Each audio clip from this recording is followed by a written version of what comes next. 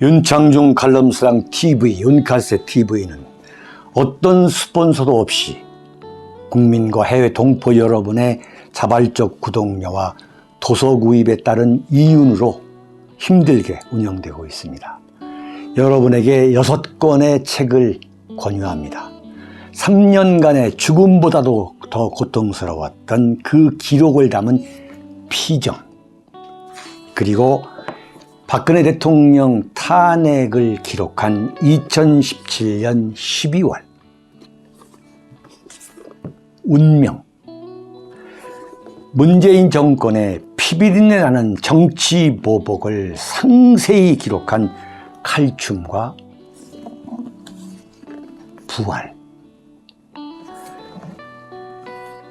박근혜 대통령의 탄핵이 과연 정당했는가, 유승민의 배신의 정치가 정당했는가를 물으면서 제가 대구에 내려가서 쓴 깃발, 이렇게 6권의 책을 권유합니다. 여러분이 윤칼세 TV를 유지시켜 주시기 바랍니다. 쓰레기통에 버려진 윤석열의 이대남 공약.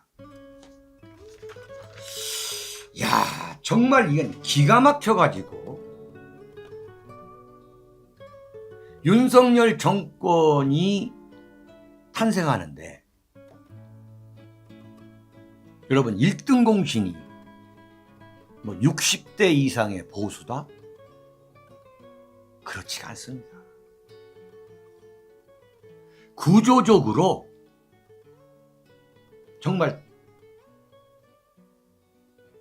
질래야 질 수 없는 대선인데, 그나마 0.73%로 이길 수 있었던 결정적인 요인이 뭐냐? 그게 소위 말하는 이대남, 20대 남성. 그 20대 남성의 지지가 없었으면 윤석열 당선 못 되는 거예요. 이거 인정해야 됩니다.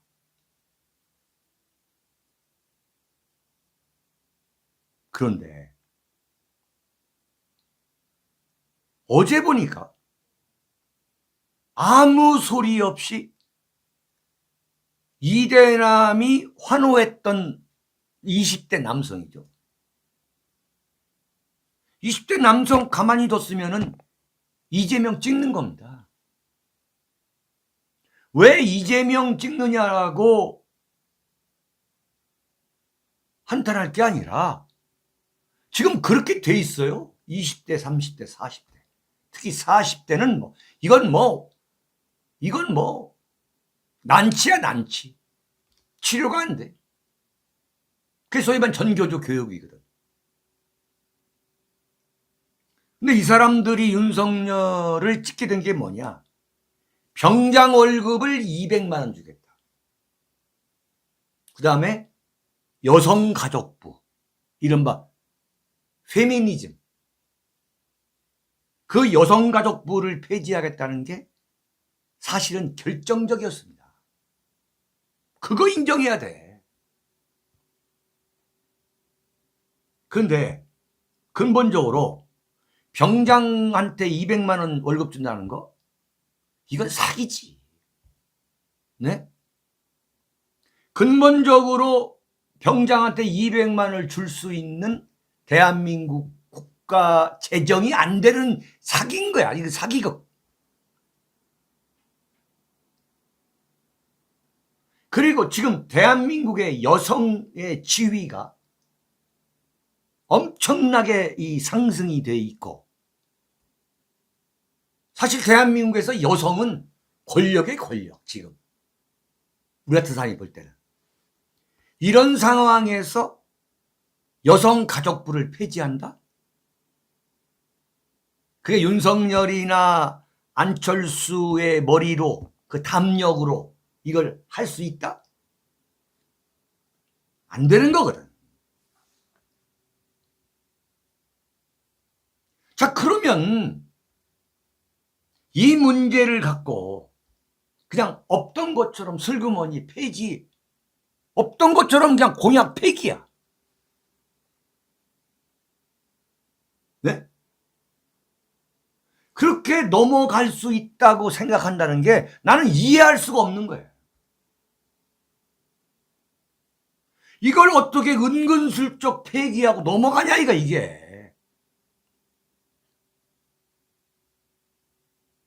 참, 에? 여러분 윤석열 대통령 후보 공약 중에 기억나는 걸 꼽으라고 그러면, 순서대로 꼽으라고 그러면 나는 병장 월급 200만 원 주겠다는 거, 그 다음에 여성가족부 폐지하겠다는 거, 나는 이게 1번, 2번이라고 봐.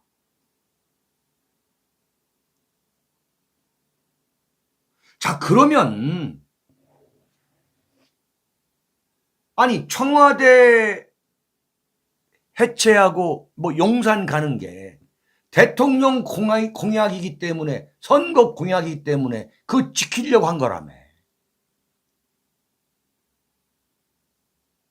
엊그저께 구인사 단양에 그 사찰에 자기 부인 김건희 여사 보내는 게 자기가 당선되면 다시 오겠다고 약속했기 때문이라며.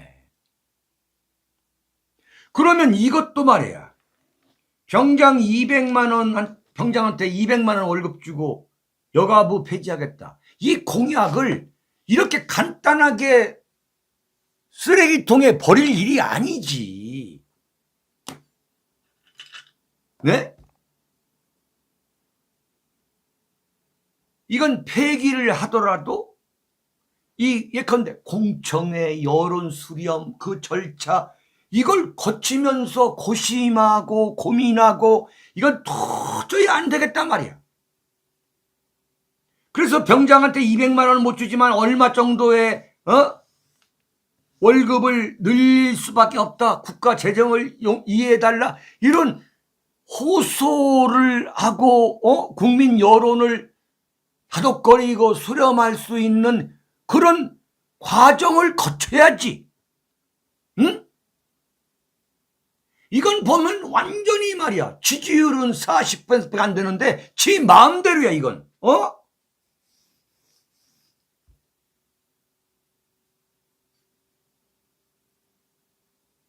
이 김경수, 전경심, 이석기 그 특별 사면하는 과정을 보라고요. 사면을 하지 않는 과정을 보라고. 이거 양심상 김경수, 전경심, 이석기를 특별 사면할 수가 없는 거야. 그런데 누가 봐도 이명박 사면 카드라는 걸 남겨놓았잖아요. 이건 박 대통령 사면할 때 사실은 같이 해야 되는 거거든. 같이 할 수 있는, 얼마든지 같이 할 수 있는데 그걸 남겨놨어. 이건 뭐냐? 자기를 지지하는 세력한테 자, 김경수, 정경심, 이석기 사면할 테니까 기다려라 라는 이야기거든. 아이고, 레기 박님 감사드립니다. 미국이시네. 그런 전략적 생각을 못하나? 아이고 참 진짜. 그러다가 김경수, 정경심, 이석기 사면 반대 여론이 워낙 높은 거야. 워낙. 그러니까 만약에 이걸 막판이라고 해가지고 사면하고 나가면 지 지지율이 다 빠져가지고 죽도 밥도 안 될 것 같으니까, 지가 죽을 것 같으니까 그냥 다 없다. 이명박까지 다 그냥 감옥에 계속 쳐놓고서 그냥 나가잖아. 그러면 자 봐봐. 조선일보 김대중 칼럼도 인정한 거야. 지금 윤석열 그러면 보수 우파도 혀를 차고 있잖아. 그러면 20대 30대까지도 완전 사기당했다. 이렇게 되면은 도대체 어디에서 표를 어디에서 표를 얻을 건데? 응? 그리고 여가부를 폐지할 것 같으면 한번 해보는 거예요. 여가부 폐지 밀어붙이면 분명히 이것은 뭐냐, 얻을 것도 있는 거야. 이거 해 성공한 거거든. 근데 이 여성운동가라는 사람들이 벌떼처럼 하니까 그거 무서워가지고 피한 거야. 어? 그러면 뭐야? 보수 우파도 야 여가부 폐지. 보수 우파는 압도적으로 여가부 폐지하라는 거야. 22대남뿐만 아니라 보수 우파는 여가부가 뭐가 필요하느냐, 이거 뭐가 필요하느냐. 응? 정말 이건 웃기지도 않는 이야기지. 지금 이 마당에 지금 말이에요. 신문사 방송국도 여초입니다. 여초. 여러분 KBS 9시 뉴스를 한번 들어보세요. 전부 처음부터 끝까지 여기자예요. 과거 여기자가 참여했던 비율하고 지금 과거 우리 때 기자 할 때 지금 남자 참여율이 그거랑 똑같아. 거의 비슷합니다. 전부 KBS 앵커 우먼이야. 지금 그런 마당에 여성가족부가 왜 필요하냐고. 이거 폐지해버리면 오히려 보수우파한테 환호를 받을 문제 아니야. 근데 슬그머니 이래가지고 말이야, 양쪽 다 표를 얻을 수가 얻지를 못하는 거예요.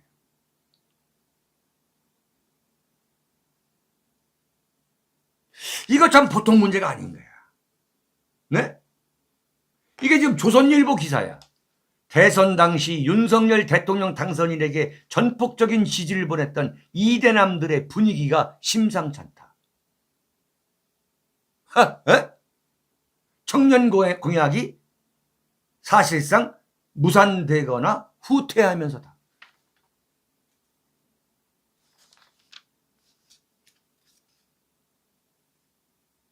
내가 볼 때는 정말 40년 넘게 정치부 기자 하면서 대한민국 이 대통령 처음부터 끝까지 다 지켜봤던 사람 입장에서 보면 이건 완전히 이건 아닙니다. 응? 보수가 윤석열에 대해서 야박하게 이 평가를 하기 때문에 천만의 말씀이야. 이건 청와대에서 그 정권을 지키기 위해서 예컨대 하루가 끝나면 그 비서실 직원들은 전부 녹초가 돼요. 제가 근무를 해봤잖아요. 오늘도 하루가 무사히 끝났구나. 제가 34살에 노태우 대통령 그 청와대 정무수석실에 제가 행정관을 했던 사람이에요. 기자생활 10년을 마치고 청와대 들어가서 제가 기자생활 바탕으로 대한민국 정치를 지켜본 사람이에요. 하루하루가 살아오는 판이에요. 목숨을 걸고 자기 세력을 지키기 위해서 머리를 짜는 데가 청와대입니다. 이건 뭐야? 자기를 찍었던 이대남들, 자기를 지지했던 보수 우파를 계속 배신하고 있는 거예요. 자, 세 번째입니다.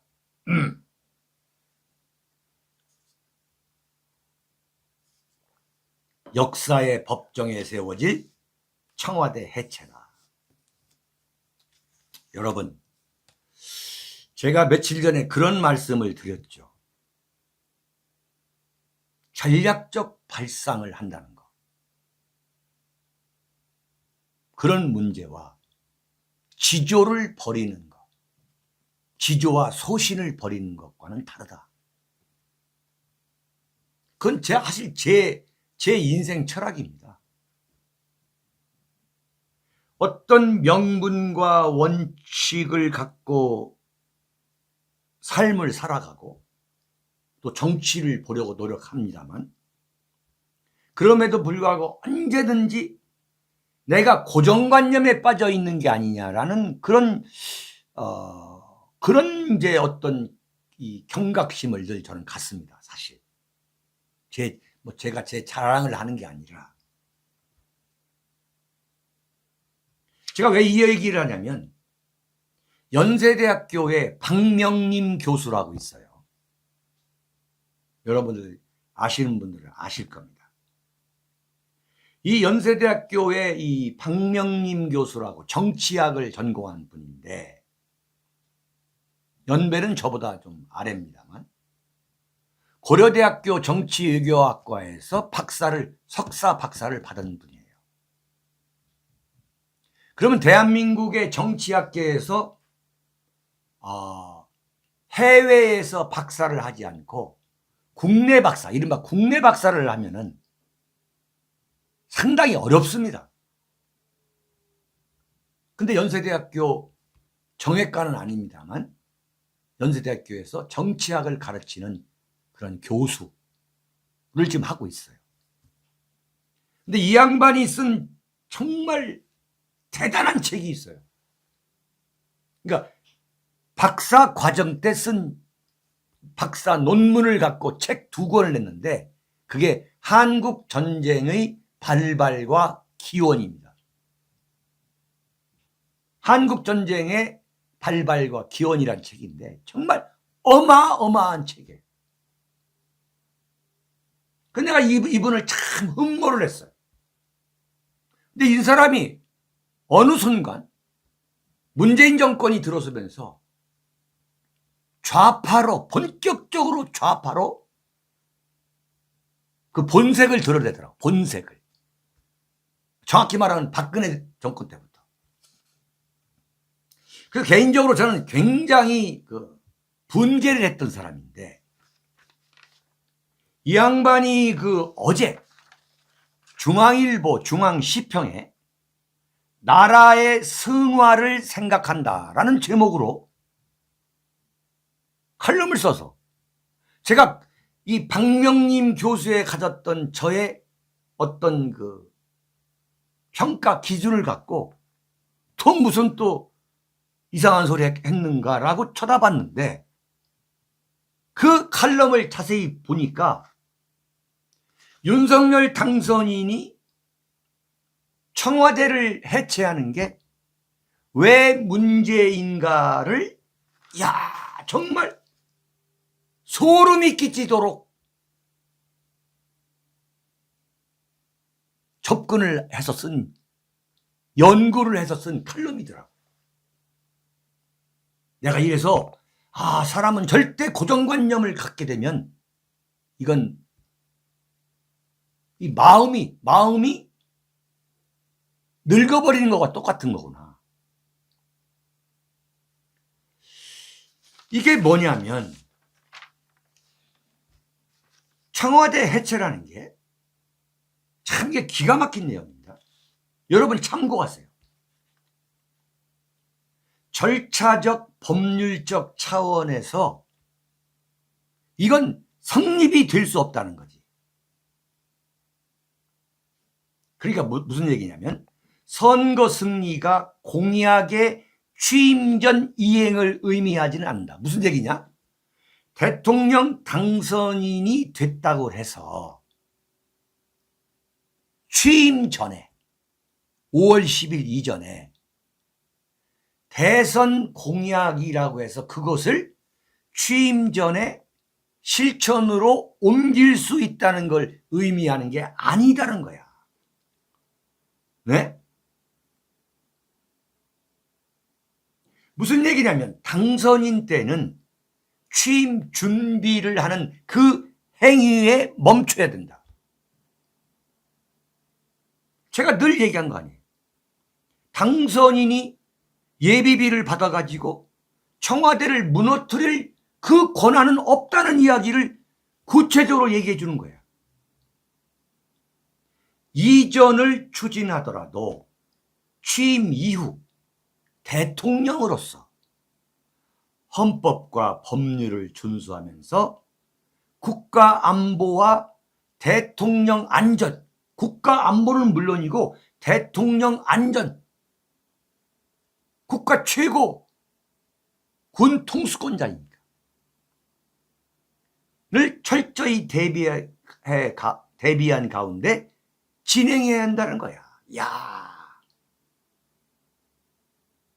대통령 집무실 변경과 대통령 집무실을 청와대 신문로 1번지에서 용산으로 옮기는 그 변경과 국방, 군사, 지휘부의 일거 이전, 한꺼번에 이전하는 과 같은 국가의 중대 안전, 군사, 재정, 정책 사안은 최소한 국무회의의 심의사항에 해당한다.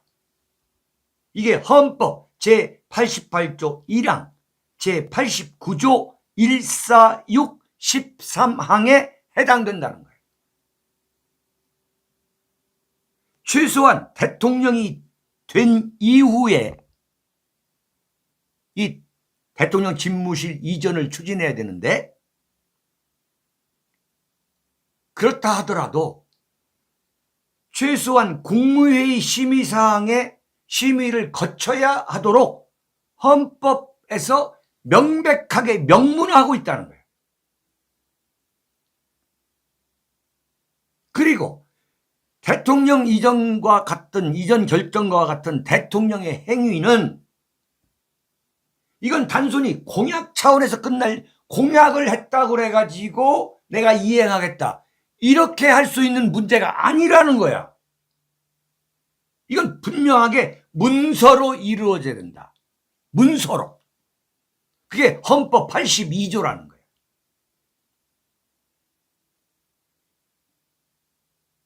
그리고 거기에는 국무총리하고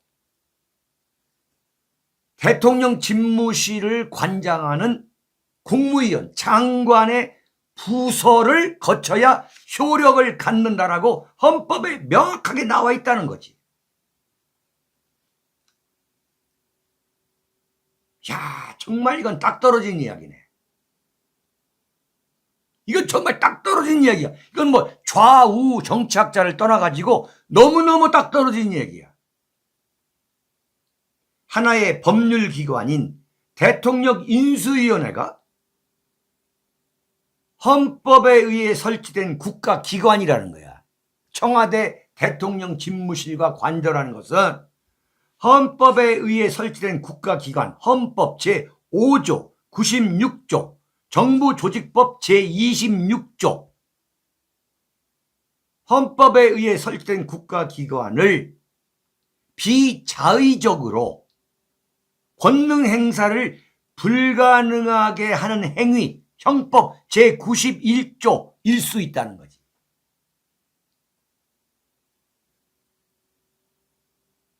그게 무슨 이야기냐면, 대통령직 인수위원회라는 것은 헌법이 보장한 기구가 아니라 대통령직 인수위원회와 관련한 법이라고 하는 그 법률기관인 거예요. 법률기관.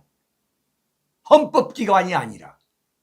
그렇다면 헌법에서 명시한 기관, 대통령 집무실을 옮길 수가 없다는 거지.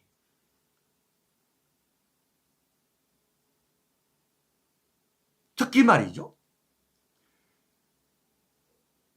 최고 지도자와 국방, 군사, 지휘부의 동시 이전이라는 중대 국가 사안이 선거 공약과 인수 준비 단계에서 단급하게, 단기간 내에 화급하게, 단급하게 실현된다는 것은 한국 같은 선진 민주국가에서 상상할 수 없는 일이라는 거야.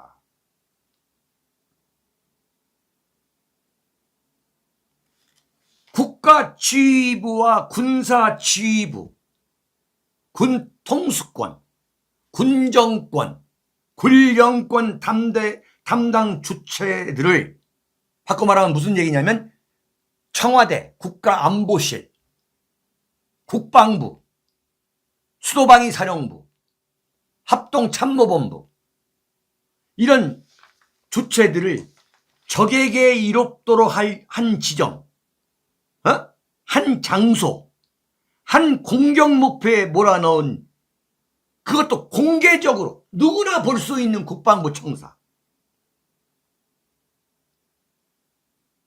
이건 말이 안 된다는 거지. 다 한꺼번에 섞어가지고 집어넣는다는 게 이건 이건 말이 안 된다는 거야. 역사상 그런 게 없다는 거야. 게다가 우리는 휴전선으로부터 물리적 거리가 너무 가까워서 방어 충분의 조건이 크게 불리하여 오직 능력과 기술이 아니고는 난관이 허다하다는 거예요. 국가와 군사지휘부의 안전은 국가의 안전에 직결된다. 한국 전쟁의 발발과 기원이라는 그 책을 쓴 사람의 그 저자의 주장인 거야.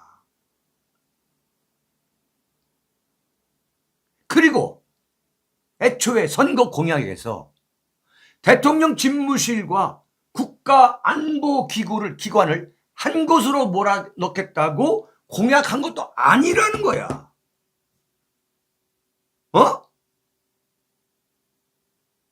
그러니까 대통령 집무실을 옮기기 위해서 국방부와 합참과 수도방위사령부를 해체해서 이전을 하겠다. 그런 공약도 아닌데 왜 그러냐 이거야. 왜?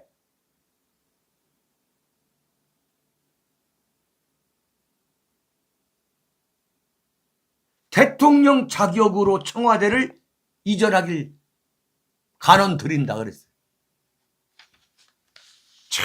네?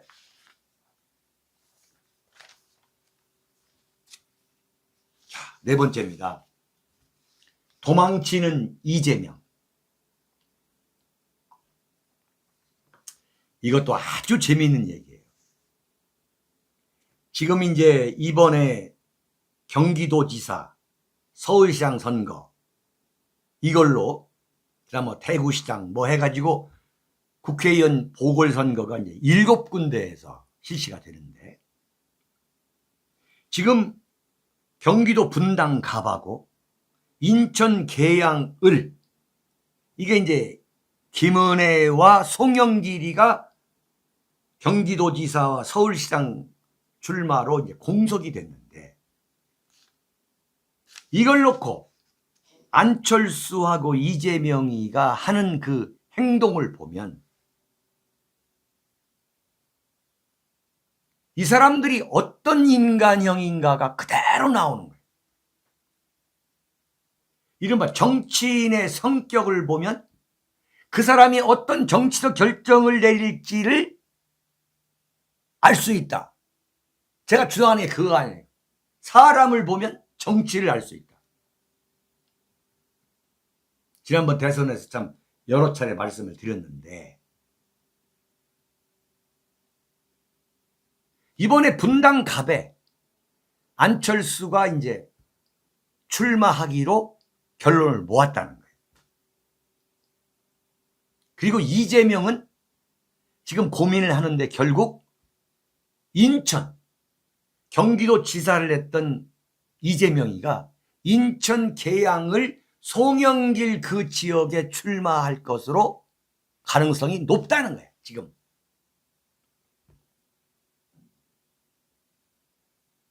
이걸 보면 안철수라는 인물은 어떤 형이냐? 이건 상인이야, 상인. 뭐 서울대 의대를 나오고 서울 뭐 의대 뭐 단국대 의대 교수를 했고 뭐 백신 바이러스를 개발했고 이래가지고 이 양반이 뭐 대단히 거룩한 인간성을 갖고 있는 사람이 아니라 안철수는 정치를 뭘로 보느냐면 이건 장사로 보는 거예요. 장사로. 그걸 그대로 보여주는 거예요. 이재명은 뭐냐? 이건 정말 야비한 조폭돌만이야. 네? 악담하는 게 아니라 이건 정확한 평가를 이렇게 할 수밖에 없다는 거지. 절대 실수 안 한다는 거예요. 안철수에 대해서 제가 정확하게 하나도 틀리지 않고 보는 이유가 뭐냐?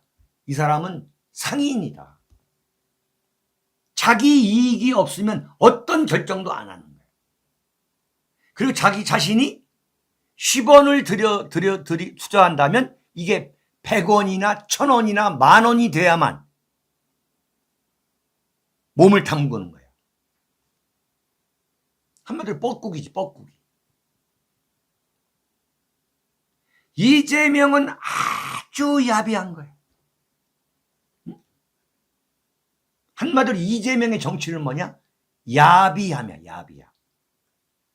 인간 자체가 그렇게 야비한 인생을 살아온 거예요.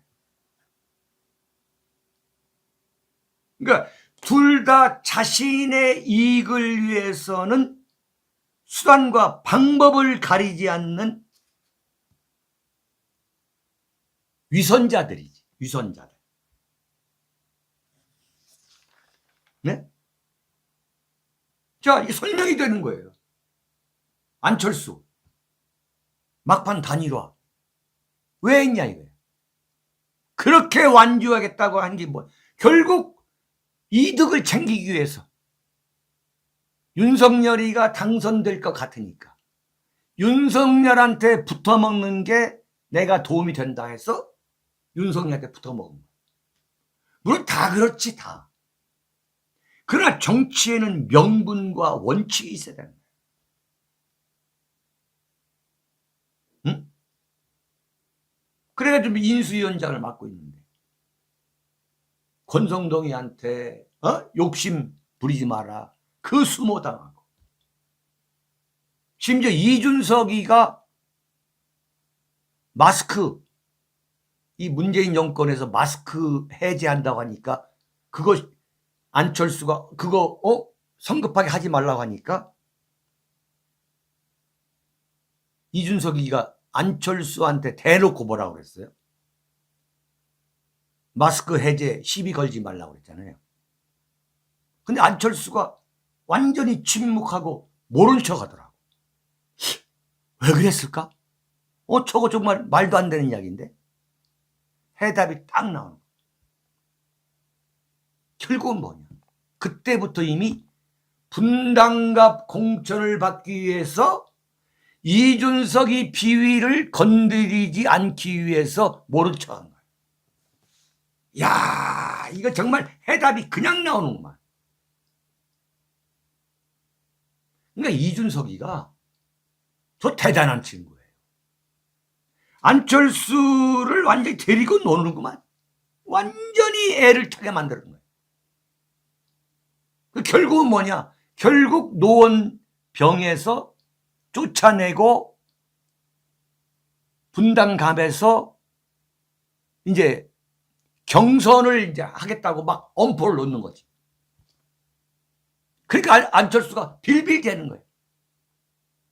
안철수 생각은 달라. 내가 이 수모를 겪더라도 내가 국회의원에 당선 공천 받아가지고 전략 공천 받아서 당선되면 그게 남는 장사라고 생각하기 때문에 그 모욕, 그 치욕을 수모를 참는 거예요.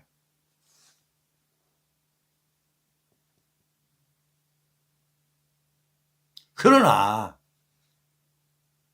그 장사꾼이 성공하는 경우는 나는 보지 못했어요. 그런 장사꾼 죄송합니다만, 장사하신 분들 죄송합니다만 절대 오해하지 마십시오. 그런 생각만 갖고서 성공할 수 있다? 잠깐 성공할 수는 있어요. 그런 상인적 사고방식을 갖는 사람이 누구냐? 손학규거든, 손학규.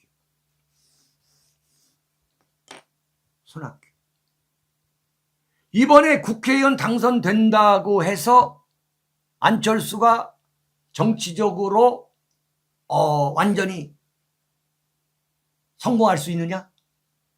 어림없는 소리.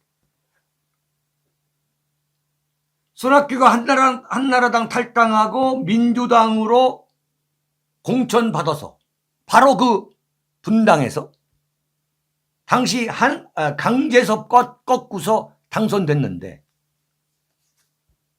대통령 못됐잖아. 그 개망신 당하다가, 네? 이준석한테도 개망신 당하다가 결국 지난번 대선 나왔다가 그냥 포기해버렸잖아. 이게 왜 그러느냐. 정치에서는 명분과 원칙이 있어야 되는 거예요.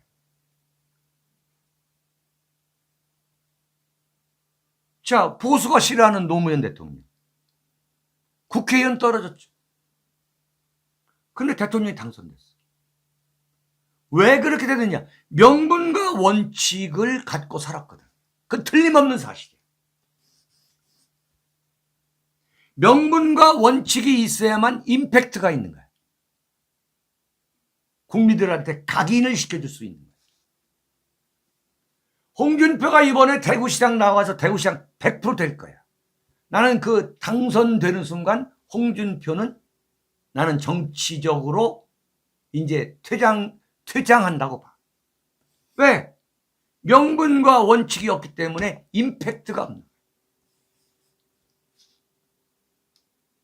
제가 여러분들한테 이렇게 방송할 수 있는 것도 뭐냐면 분명한 원칙과 명분이라고 하는 기준이 있기 때문에 그 기준을 갖고 여러분들한테 제가 호소하고 설득하는 거예요.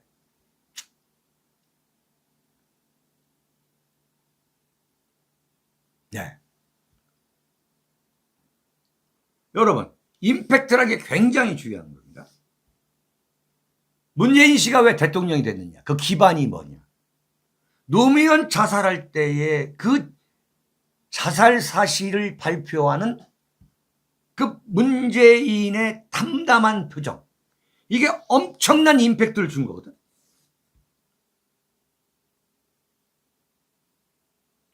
자, 이재명. 자, 이재명을 얘기하는 거예요. 출마를 하려면 당연히 분당 갑에서 나왔어야지. 근데 지금 보니까 인천 계양 을로 출마가 굳어지는 것 같아.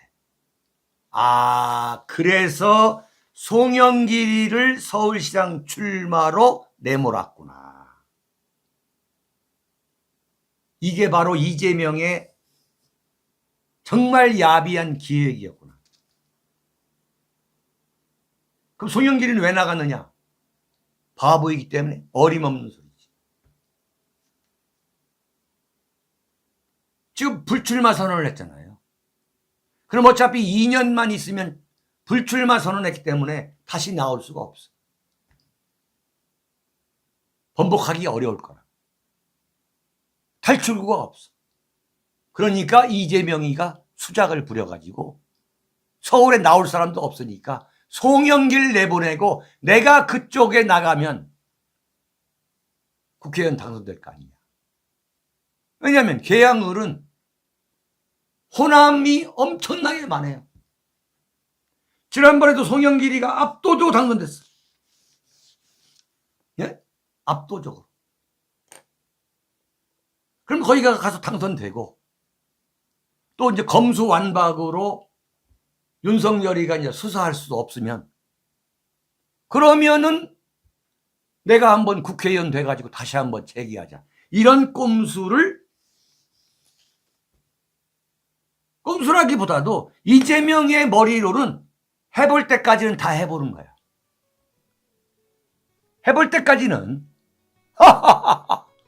해볼 때까지는 다 해보는 거야.